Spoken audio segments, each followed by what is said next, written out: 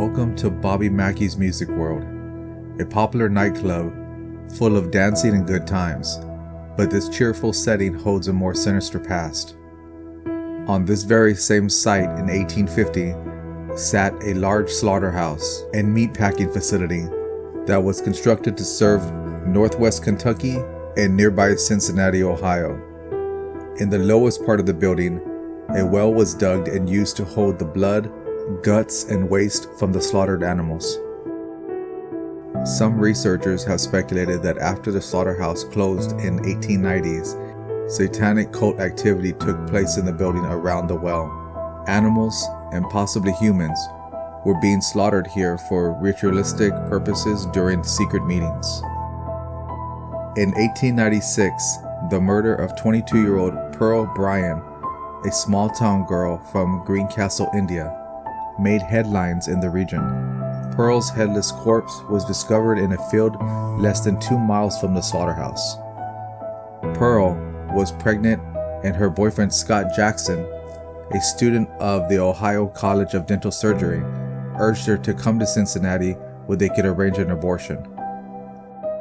Jackson and his roommate Alonzo Walling attempted to do the abortion themselves, but something went terribly wrong.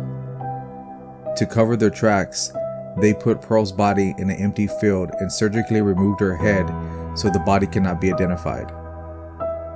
They would have gotten away with the cover-up if they hadn't left Pearl's shoes on her feet. While on the gallows waiting to die, Alonzo Walling vowed to haunt the area forever. Pearl's severed head was never discovered.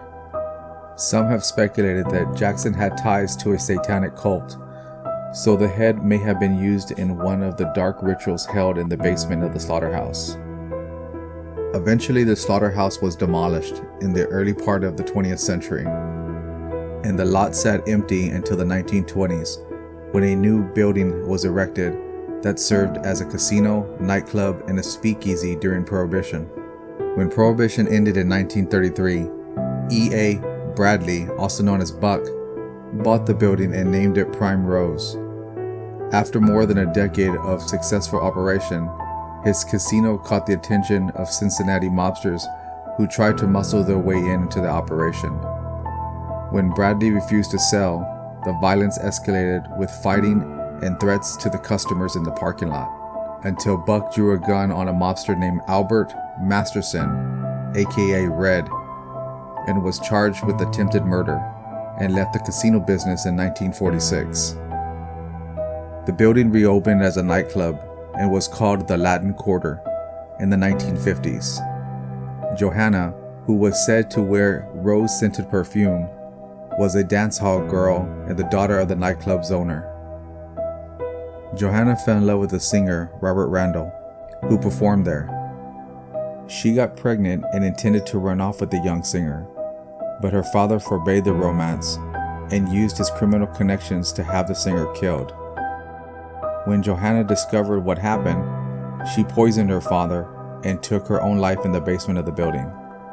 In 1978, after a series of fatal shootings at the Rough and Tumble nightclub, the local authorities were forced to close the establishment. Later that same year in 1978, a young country singer named Bobby Mackey purchased the building and turned it into a music hall and tavern that still stands today. Paranormal phenomena has been present since day one. Though Bobby himself is skeptical, he'll admit that he doesn't doubt the word of family members, employees, police officers, and patrons who have experienced strange activity. Both the clergy and psychics have tried to help, but the dark force still seems to linger. A former caretaker, Carl Lawson, which lived in the apartment upstairs inside the building, claimed that he had been demonically possessed by spirits. His exorcism was performed in the club by a minister.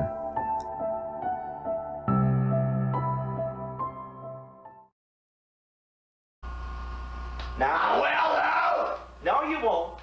I'll settle down. No. No, you're gonna leave. No, I'm not. Yes, you are. I ain't going nowhere. Yes, you are. I'll never leave. You understand me? No, I understand what you're saying. You understand? But you cannot. You understand me? You're leaving. You hear me? Because I'm going to help Carl. I'm going to help Carl to live a life of peace. Carl's not worth. Yes, he is. He's not worth the lives it can cost. Yes, he is. No, he's not. Yes, he is. You understand me? He's not worth it. Now, it's time for you to leave. You understand? You understand, Charlie? Talk to me. Come on. Carl. Stop, Carl. Carl. Come on. Now leave him alone. Leave him. Leave him. Leave him. Leave him. Leave him. Yeah. Larry? Yeah. Leave him. Leave him, Charlie. Leave him. Yeah. Fuck you! Leave him. Leave him, Charlie.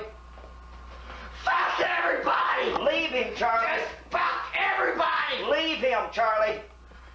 He's fine! Leave him, Charlie. He's fine, man of God. Leave him. We've been here for 1,000 fucking years. Leave him. We're gonna stay here. I don't care. You think Carl's worth this whole fucking town? Leave him. Do you think? Since then, Carl unfortunately has passed. Some believe that the building's basement holds the gateway or the portal to hell itself.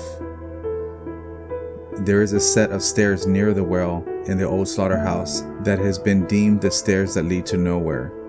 And with all this paranormal activity, many paranormal investigators, including Zach Baggins from Ghost Adventures, have been drawn to Bobby Mackey's to conduct investigations.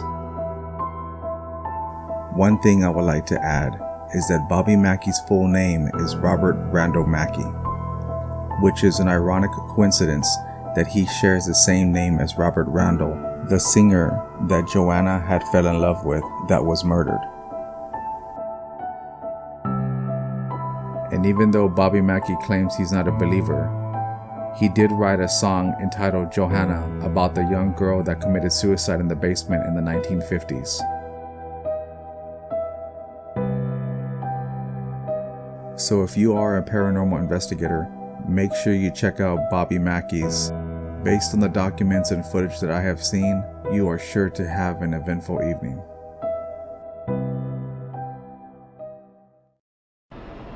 And again, I want to thank you for watching. Don't forget to like and subscribe and hit that bell icon. And until next time,